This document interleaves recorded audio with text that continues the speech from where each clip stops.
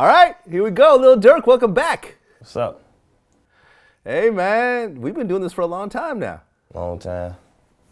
New energy, new energy. I feel like every time we talk, you step it up. Yeah, new energy, new vibes. About leveling up.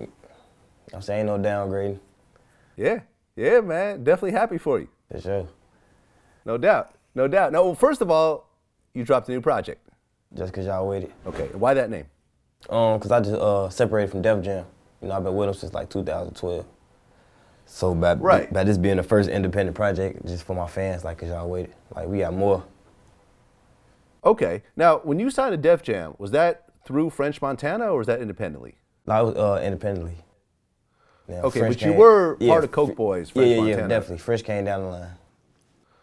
Okay. So you signed your deal at Def Jam.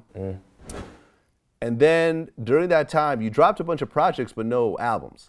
Yeah, for sure. Okay. So tell me exactly how that relationship went. With French or Def Jam? First Def Jam. We had a relationship, but not like no good relationship. You know what I'm saying? It was the label thing. Like, you know, labels doing what they're supposed to do, but it wasn't necessary like, I want this look, this festival, I want to build myself up to this. It was just like drop a single, then the album. Like, the single ain't even got to be top 10 or nothing. They just want to drop a single and the album. So we was basically like in a fucked up jam. Okay, so basically they felt like you weren't giving them the single that they wanted to run with. Yeah, definitely. They were just like, guess a single, then album, then single, then album. It wasn't like no build up, then album. It was just like single, then album. Okay. So then after the Def Jam thing, you signed with French. Yeah. Okay, and what happened with that? Because you're no longer with French either. Oh yeah, like through the situation, it was just like brotherly love. You know what I'm saying? And he done built me up. You know what I'm saying? Like, did shit for me that ain't never, like jets and mansions, and opened up his career to me. You know what I'm saying? But I was young at the time, so when it was like time for contracts, I had like people in my ear, like, no, I think. Then it was just so confusing that the time span just watered down, and he was just like, damn, bro. But I explained to him, I talk to him every day still. And I was just like, yeah, just young and dumb, that's all. Okay, so you're saying you never really signed to Coke Boys then? No. Okay, you guys were just affiliated. Yeah, but if it came down to it, like my head was on right, I would've. Yeah, well, I mean, sometimes contracts work, sometimes they don't. No, if I had the head on my shoulder, like back then, and like smart to make my own decisions like I do now, I would've did it. You know what I'm saying? Because he showed me shit that I always wanted to see or I always wanted to do. Yeah, I mean, me and French go way back. You know, before he was even rapping. You know, when he was doing DVDs. Yeah. You know what I'm saying? So, you know, I think it's dope what he's pulled off. But, you know, at the end of the day, business is a business. So if you're not going to sign a contract, you know, you can't really keep spending money with somebody, you know? Yeah, that's why I say I understand. It's all good. You know what I'm saying? We straight. That's all that matters. Well, I mean, you know, I was listening to Just Cause Y'all Waited this morning. It sounds like a mature project, like music. Yeah. It's just I put work into it. It's me. Like, that's what people want to hear from me. You know what I'm saying? I can give y'all me now. It ain't the label, it ain't Def Jam, it ain't, you know what I'm saying? Like, I listen to me now. You know what I'm saying? That's why I was fucking up in the past for listening to other people. Yeah, man, it's a dope project. And it just seemed like the songwriting took a step up. Yeah, definitely. We don't write no more. We all freestyle. Right. It looks like you actually sat down and kind of, you know, put more time into it, you know? Yeah, no rushing. You know what I'm saying? Like, the studio process is just a process now. It ain't the old days when you can say anything. Like, I want a meaning behind this shit. Like, this is what we've been waiting on. You talked about before how people kind of got on you originally when you started using auto-tune, but you actually just stuck with it. Yeah, because I know what's going on. It's like we see the future. Like, it was authentic, you know what I'm saying? At the time when people weren't on it, I was already on it. Right, because I think, like, there was this time when I think 808s and Heartbreaks came out with Kanye. Yeah. And, like, that was, I felt like, sort of like this kind of like the height of auto-tune where everyone was using auto-tune. Yeah. See, you can have it. And then there was like, now you can have it, but it's the way you use it. Right, right. Because I feel like after that, there was sort of a fallout, and people were like, didn't want nobody to use it. And then slowly, the certain people who kind of stuck with it, like you and Future and stuff like that, kind of, you know, developed your own style with it. Yeah, cause it's the style. You know what I'm saying? Like we came in the game with it. It's just like now it's like playing with it. You know what I'm saying? Playing with the melodies. You know what I'm saying? Playing with the stretches. And it's like it's how you put it together. We all can use auto-tune, but you probably just don't know how to use it better than me. You know what I'm saying? And that's what the game is like right now. No, I feel you. I mean, cause you've always like, I mean, you rap, but I feel like you almost sing more than you rap. Yeah. Both. Sing, rap, sing. Still the same thing to me. Yeah. No, I remember when I interviewed Quavo, and when I told him that I thought he was more of a singer than a rapper, he was sort of like, he was almost kind of surprised when I said it, but he was like, nah, I don't call it singing. I just call it like, you know what I mean, just some trap funk. I mean, but I call it trap funk. I mean, you could kind of say it's like singing though, and I don't mean this as a, you know, I'm not taking away nothing from it. I personally think it's dope. Appreciate it. Okay, but you don't consider singing at all? Nah, I don't think it's singing. You can call it singing though. I sing to you. Not to you though. It ain't no problem. Like if you understand music and melody, you won't take it offensive. Like, oh, you talking about singing? Like, yeah, if you say that, I guess that's what it is. Like, yeah. No, I just kind of feel like a lot of rappers don't want to be known as singers, even though that's kind of what they're doing in a way. They just, I don't know. I think they just take the word sing like, they don't like the word, or you probably got to break it down different for them. Like, it's still the same shit at the end of the day. That's what auto-tune bring. If you first get auto-tune, what you gonna do? You gonna stretch them words out. Exactly. Yeah, like, I mean, I could tell you, like, to me, Nate Dogg was one of the hardest singers ever in terms of the shit he was saying. Yeah, like, you just broke it down. A perfect example, Nate Dogg. You see what I'm saying? Like there was no more, like to me, Nate Dogg was the most gangster singer ever. In terms of like his content, shit he was saying, like the subject matter. He just know. He found his way of using it. Know what I'm saying? Everybody got to find their way. It's more than just stretching words. Like, it's really melodies. You got to really practice melodies out here. Yeah, no doubt. And his shit was completely sing, completely melodic. But like, definitely.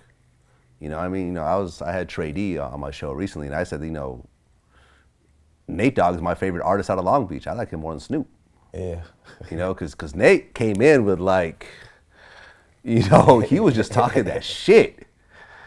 You know what I mean? Yeah. And I kind of feel like what you do is almost like an extension of some of the shit that he started doing back then. Because my new thing is like, just like the new me, the formula of me is like, in 116 or 112, I want to switch my sound up like 7 times.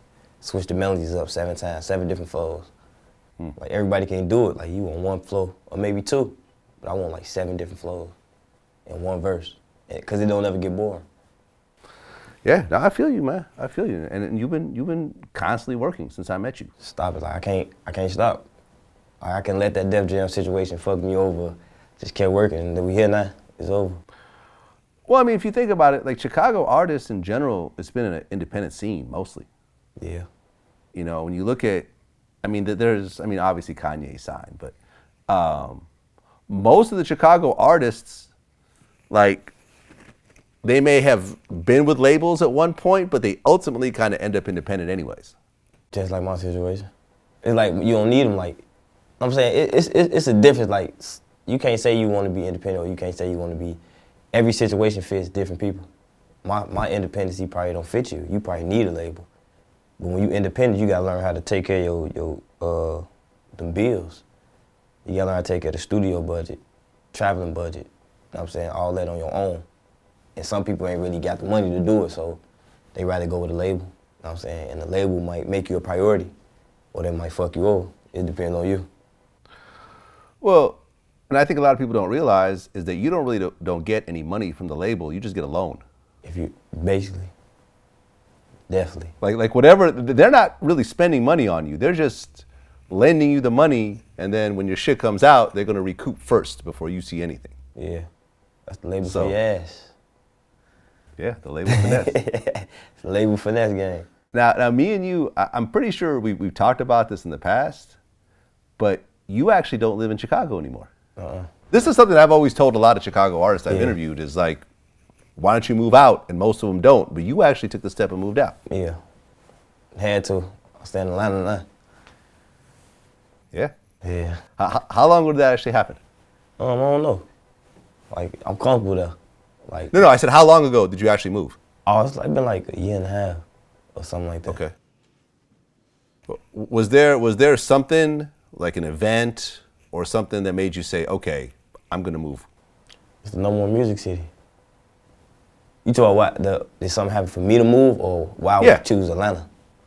Yeah. I mean, was there something that happened in your own life that made you say, okay, I'm finally gonna move out of Chicago? It's growth. You know what I'm saying? At the point in time, it gotta be growth. You know what I'm saying? Ain't nobody right. Like, if you got a good team around you, they gonna tell you, but everybody ain't got growth. Motherfucker want you to stay around them and do nothing. But I had to take that next step to move and elevate my music and my sound and my wave period. Right, because, I mean, you had talked about how in Chicago, for years, it was just really rough because it was hard to do shows in Chicago because they would always get shut down by the police. Yeah. It was just the whole violence thing going on. They stopping the shows and it would start fucking with your money. You start adding it up like, damn, hold on. Ain't nobody gonna help you. Ain't nobody gonna give you no money. Okay, because here you are in Chicago, you know, at the time, one of the biggest artists in Chicago. You go and set up to do this huge show. The venue's booked. It's being marketed. Pre-sale tickets are in. And then what happens the day of the show? Police can come the day of and tell them, like, ain't no show.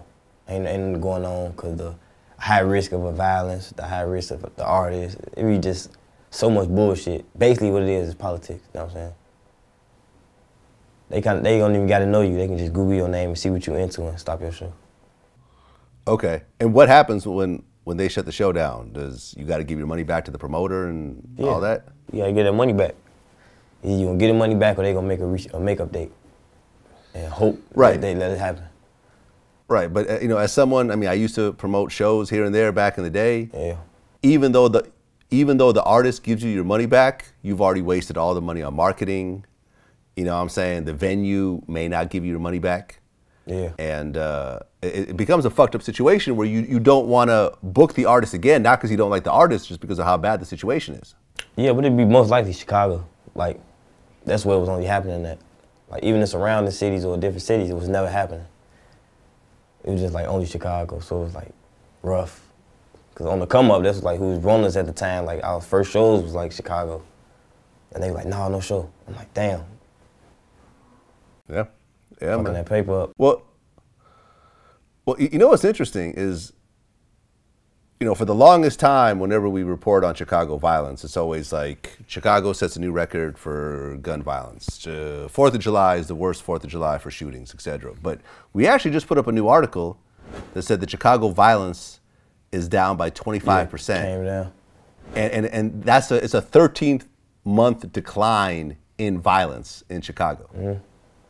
You know about this? Yeah. So, do you actually feel the difference? Yeah, but no. Like, you won't know until they tell you. You know what I'm saying? Because you still, like, if you there, you live there, you still gonna hit shots. You still gonna be around the bullshit. It ain't like you can wake up and be like, I ain't hear no shooting today, the violence went down. Like, it's not like that. So it gotta be like TV, it gotta be the news to tell you. Okay. So in terms of what you're seeing, it still feels the same? Yeah, definitely. Okay. Well, you know, you talked about how, I mean, in the beginning when you were coming out, lots of guns in the videos and everything else like that. Mm-hmm. But you're saying how, you know, in the last couple of years, you stopped doing all that shit. Yeah, it ain't. You can do it, but it's like it ain't what you do, it's how you do it. You know what I'm saying? You can make a nice elevator song with guns in the video. They will look past it, but if you make a song talking about who you own and who you smoking on with guns in the video, then that's when they target you. You know what I'm saying? So it's how you do it.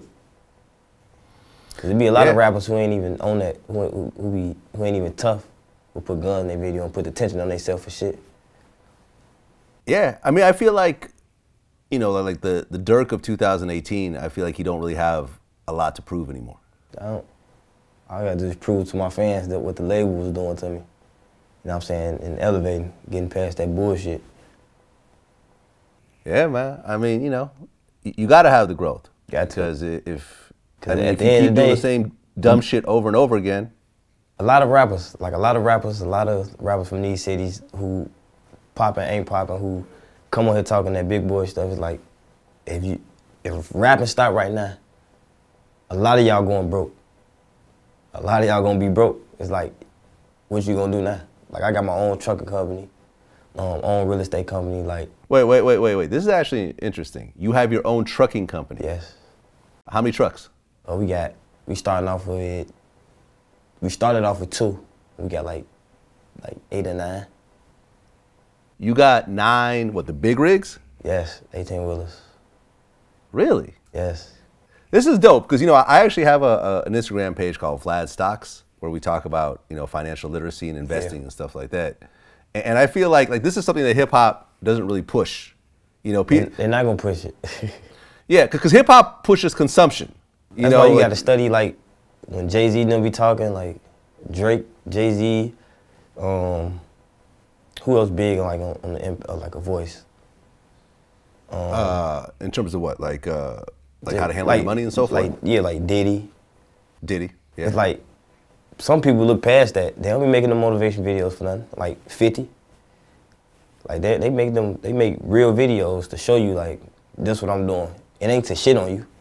It's to motivate you, you know what I'm saying? And I done watched a couple of them videos and locked into it, like, damn, I need my own real estate company. You know what I'm saying? It ain't hard, just going out to do it. Okay, so you have your own trucking company with, Yes. with 9 trucks. And you guys basically just contract out to people that need shit moved, like Amazon or whoever else? Like, you gotta like sign up for it and like hope they pick you up. You know what I'm saying? You gotta get picked up for it. Then you push the trucks to them. You get drivers. It can be anybody. But you gotta have the right drivers. Like, I don't want no motherfucker who get high, who off any type of drugs, who drink all day to be on the road with my shit. You feel me? So we picking all smart motherfuckers, everybody who ready to work and think. That's tough, man. I love that. I love that. And I wish that the hip hop cats would push that a lot more than bragging about how much their chain just cost. See, you'll never know. That's probably their last money. Like, you never know. Like, but that's hip hop right now. Flexing, turning up. Like, shout out to everybody who doing it. Yep. And you have a realty company also. Yes. So what are you doing with that? Buy houses. We actually finna close on our second house on. You know, just a start. So next time I come to you, I'm like, shit, I'm on my 59th house. This is about just getting some money. Make sure your kids straight.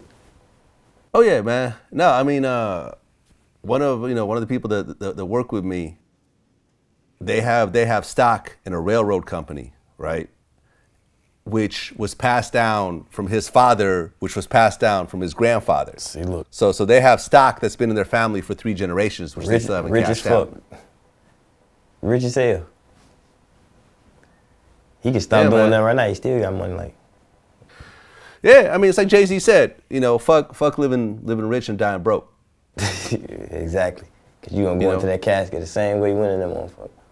No, absolutely, man. I applaud you for that. And, I'm going to ask you to push some of that shit in your music too, not just an interview. Oh, yeah, of course. That's where it start off at. Yeah. Definitely. You and Fredo Santana, were you guys close? Close as hell. Family. Did you talk to him like right before he died? I ain't talked to him like right before he died, but somebody was trying to link up with him, and I was telling him like, yeah, he cool as hell, cause people go off names, and they like, is he gonna be mean to me? Is he gonna?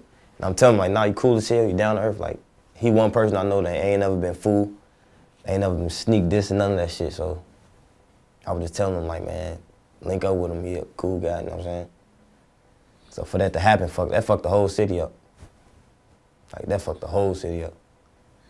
Right, because even the people that were, so-called enemies with Fredo's crew, after he died, they spoke out and said, this dude never dissed us. He never sneak dissed us. Like, we've always had respect for this dude regardless of his affiliation. And that says a lot.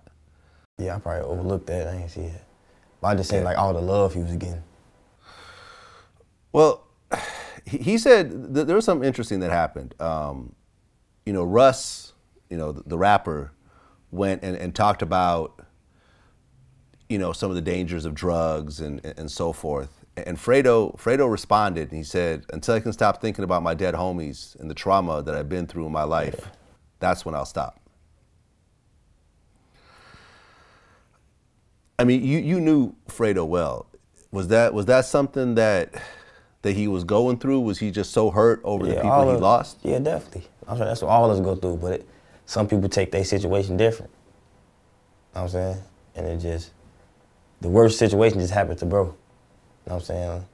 A lot of people still do it, a lot of people, you know what I'm saying? But it's just him, it just happened to him. Like, that's life.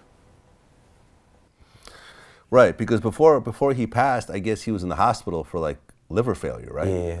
Yeah, seizure, I think.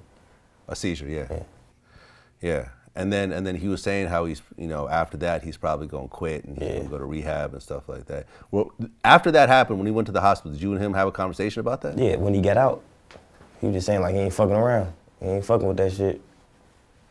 But you never know, like, people go through stuff, you know what I'm saying? And at a point in time when you're a celebrity, you be looking like, damn, is you really with me?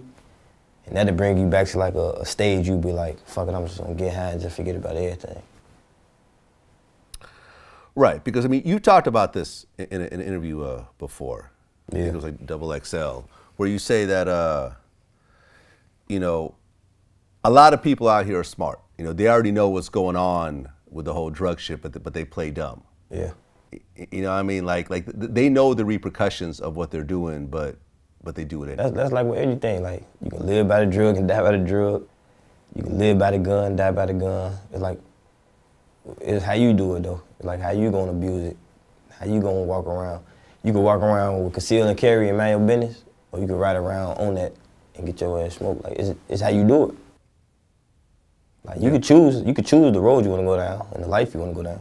I mean, was Fredo somebody that really listened to other people's advice, or was he just really on his own shit and he was gonna do what he was doing? No, he listened to advice. I'm saying, you just can't tell him something and just he gonna believe it. Like, but he listened to advice. I'm saying, you see, he was close to 50 and everybody was giving him the motivation, but like, he had his own mind. Like, he had a strong mind. So when he said like, I'm finna stop doing it, that's what everybody thought, like, oh, for sure. Like, he a man of his word type shit. Well, I think one of the saddest aspects of what happened was he just had a baby. His son. That shit crazy. Yeah, it's fucking sad, man. And I think he was 27 when it happened. Baby look just like him. Yeah.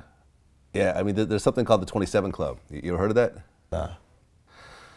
Bunch of famous artists died at 27, like Jimi Hendrix, Jim Morrison, The Doors,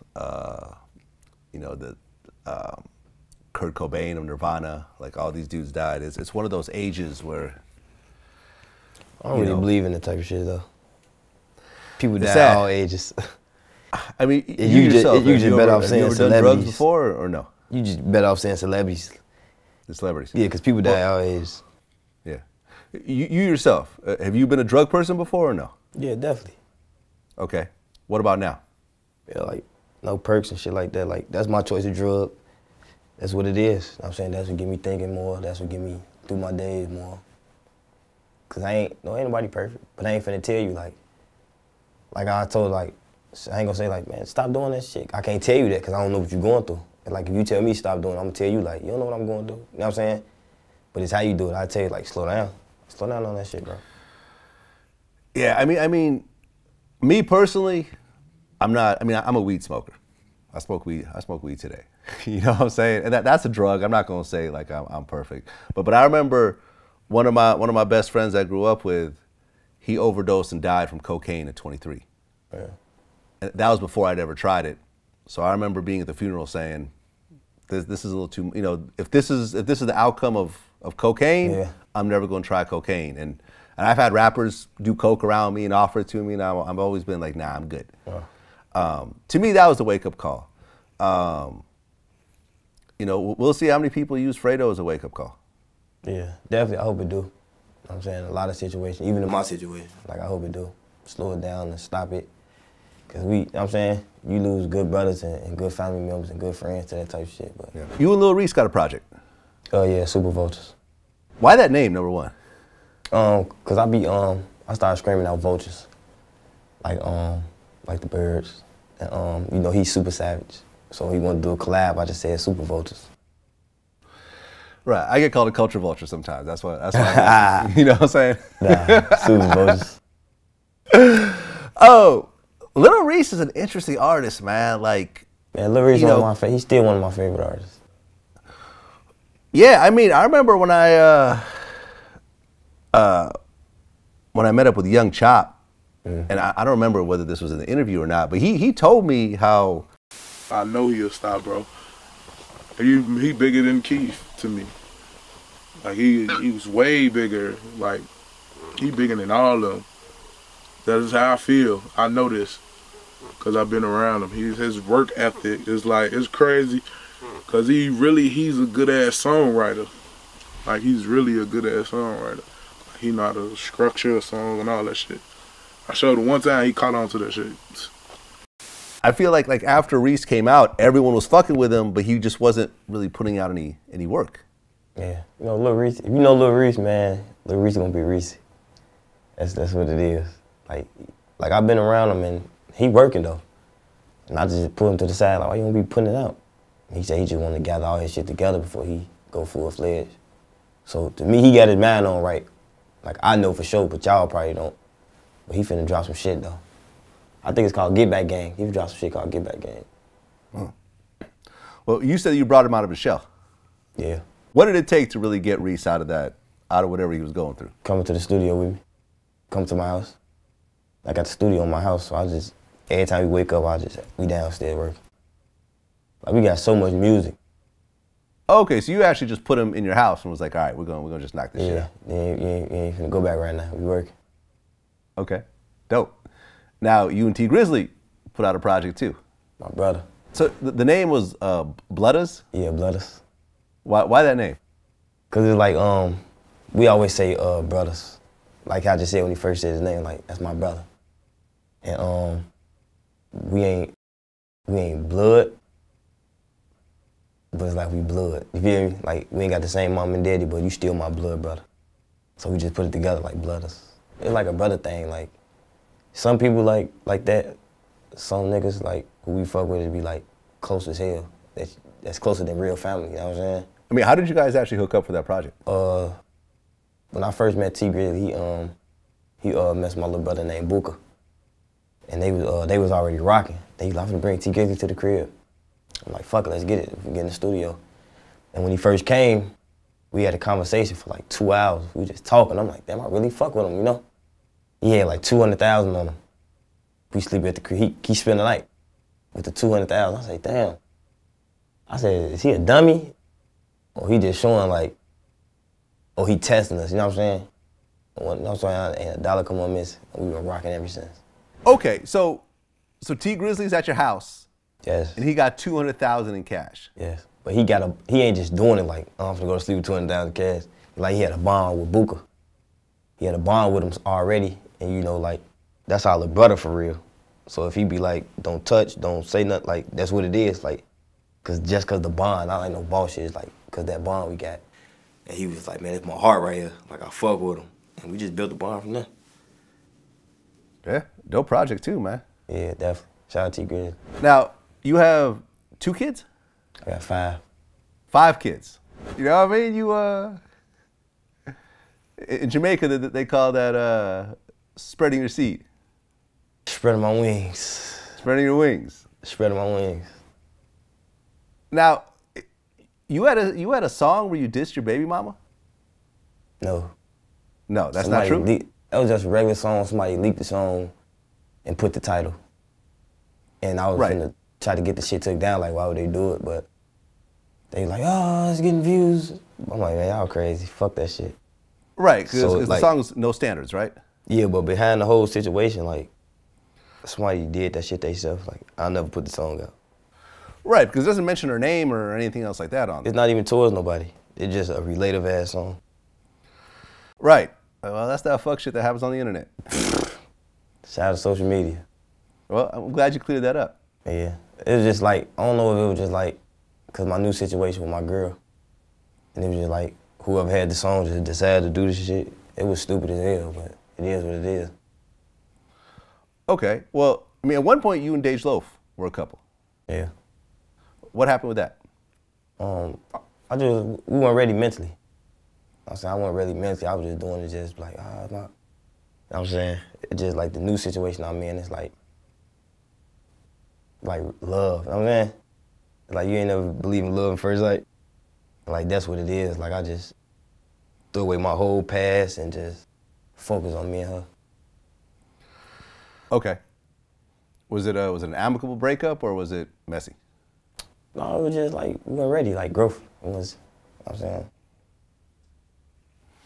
She's a dope artist, man. Yeah, definitely. She's a dope artist. And actually, you guys had songs together, right? Yeah. Yeah. You ever see yourself getting married? Yes. I'm actually trying to get married 2020. Okay, in 2 years. Yeah. I ain't fucking 2 around. years. I'm doing Okay. what comes with me.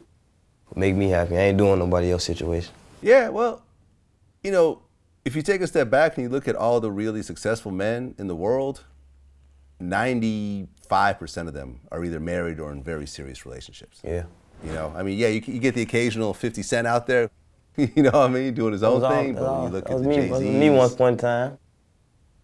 Just everybody, it ain't for everybody. Marriage ain't for everybody, girlfriend ain't for everybody. So I ain't gonna say like, go get a girl. It ain't for everybody, you know what I'm saying? But I thought it wasn't for me. But she just showed me a different side of me that I ain't never see, you know what I'm saying? Yeah, yeah, man. At one point you compared Future to Tupac. Yeah. Definitely. Future, that's my man's. That's my boy. Future's dope. Like I'm a Future fan, but comparing him to Tupac, I just feel like. But see, like what it is like your personal opinion. You know what I'm saying? It's like when you ask somebody like, is Biggie better than Pac? And if you say yeah, then it'd be like, you tripping. You know what I'm saying? It's just like, it's your opinion. Like, can't nobody change my opinion. I can watch a Tupac documentary and a Biggie Smalls documentary and a Meek Mill documentary, but my answer gonna always stay the same. I think the reason why so many people may have raised an eyebrow for that. Yeah, I definitely compare him. I just said he was the modern day. The modern day Tupac, yeah. Future, you the modern day Tupac. You actually added him also. Yeah. I think because Tupac, if you leave the country, you know, you see Tupac murals all over the world. Yeah. Because I think Tupac stood for social inequality and, you know, poor people, you know, being treated badly and stuff like that. And I think that's why people a lot of times put him in his own category. So when you compare someone like a Future doesn't have that part. Yeah. Biggie didn't have that part. Yeah, see, I ain't saying it like, yeah, I love what Tupac did. I love what he did for the culture and like my grandma and them still be talking about it. You know what I'm saying? But it's just like in modern day, it's like Future. You know what I'm saying? Like you go around the world, you gonna see that. But it's a lot of situations where it can help. You know what I'm saying? Like, how you gonna do it for the poor? It's just different strokes for different folks. Yeah, I mean, Future's dope. Just my opinion. You know what I'm saying? Like, who you think better? What's your top two artists? Top two artists of all time. I mean, I'd have to put Tupac as one of them. Okay. I mean, I'll be honest. I really love Be Real from Cypress Hill. All right, now cool. Now, who better between both of them? Between both of them, I would say Tupac. All right, now, but you probably got some Be Real fans that's gonna hit you up like, well, what you? You know what I'm saying? It's just your opinion. I respect it. No, I see and a lot of people be scared to express their opinion. Like, just express that shit. Like, it's ways you express it. It's ways you express it too. Like the Lizanne situation. Like, it's ways you can express it without being like, you know what I'm saying? Yep. Now, I feel you. You're Muslim. Yes. Were you raised Muslim or did that come later? No, came later. Okay, so you were raised Christian? Yeah, like my daddy a Muslim. He in the feds, but he like the preacher for the Muslim. And then like even growing up, like when I was going to church, and I used to ask like you know, Jesus was on the wall. And I'm like, this him? And they'd be like, no, this ain't the real him, it's just what they. And I'm like, wait, hold on. I'm confused now. Like, that's when you start answering questions. You know what I'm saying? So I never really believed in Jesus from the get-go, and then I just have a conversation with my daddy and even Rollo. And just like some of my Muslim friends, brothers, and just politicking with them and talking to them. And I just decided to just convert over. You know what I'm saying? Like, I'm still learning everything. Like, I want to be like a mastermind. Like, I want to know every situation. Yeah, no, I've interviewed Rollo. He's serious about that shit. Yeah, definitely. I mean, Arab is another Muslim that I've interviewed. And, you know, and both of them talked about how they know how sometimes their lifestyle goes against some of the teachings of Allah. Islam first, even though I'm not nowhere near the best Muslim, you know what I'm saying? But I know what's going on, you know what I mean? That's first, you know what I'm saying? That's all I think about. Second. All I think about is heaven and hell, man. That's all I think about. We died dead, we in a bad position. That's all I think about. I die right now, I believe in my religion, I'm in a bad predicament, state, man. You know what I'm saying? That's why you gotta repent whenever you think about it, and it's right, you gotta repent, man. You gotta pray. Yeah, I fucked up, Vlad, you know. We all fuck up, you know. I ain't right about nothing that I was doing in the streets at all, you smell me? Like, I forbid, and I pray every day. I ask him big Allah to forgive me for everything I did. But yes, that's the answer to your question. I was still in the streets and deaning at the same time, brother. Okay. So, I mean, you were conflicted with your Muslim values and the things you were doing to make money. I mean, in Islam, we believe that we need to make our good outweigh our bad. You smell me? So, like, I tried to clean up and I tried to cover up. That's why you hear about me doing so much good in the community, because it ain't because, goddamn, I need to do it. It's also because I'm a God-fearing man.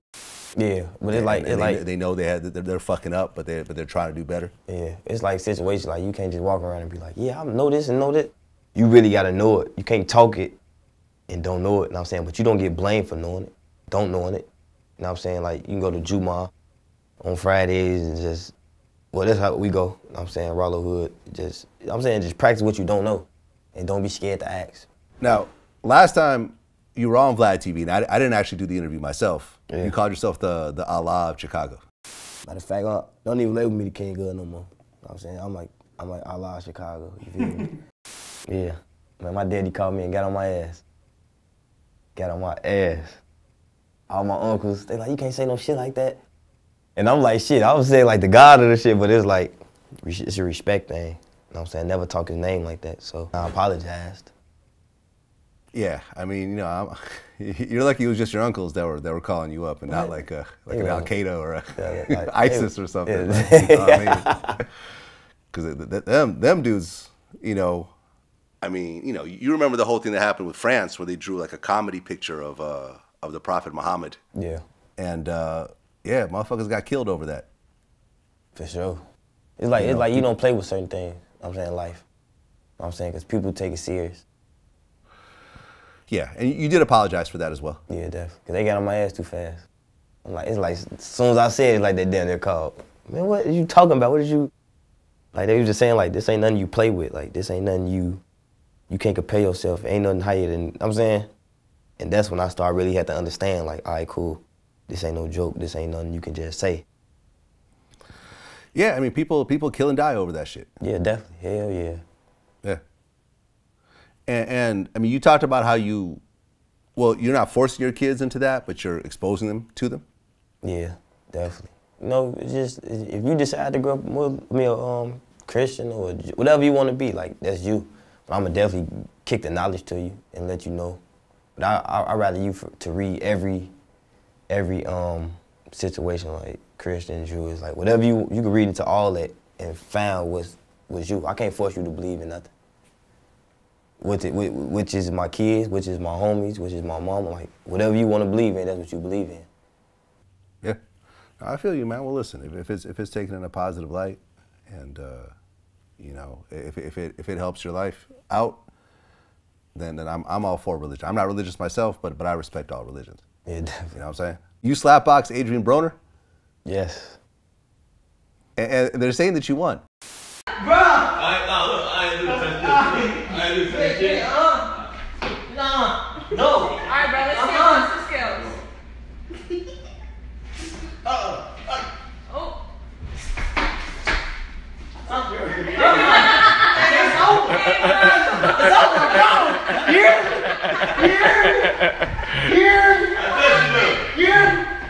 Yeah, that's what. See, Lil Reese, the whole thing was he said I can't tap his face.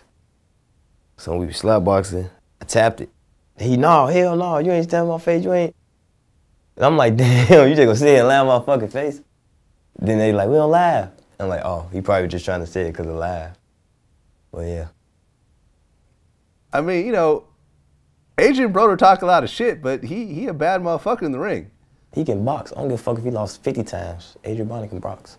I like Lomachenko too. Yeah. Yeah, man. You know, I've interviewed him a few times, man. He's a character. Outstanding. Man, crazy as shit. He crazy as shit. Remember that one time where he was on stage and he started dissing all the other boxers, like right on stage? Like, yeah, but that's in the boxing world, that's what they do. They shit talk.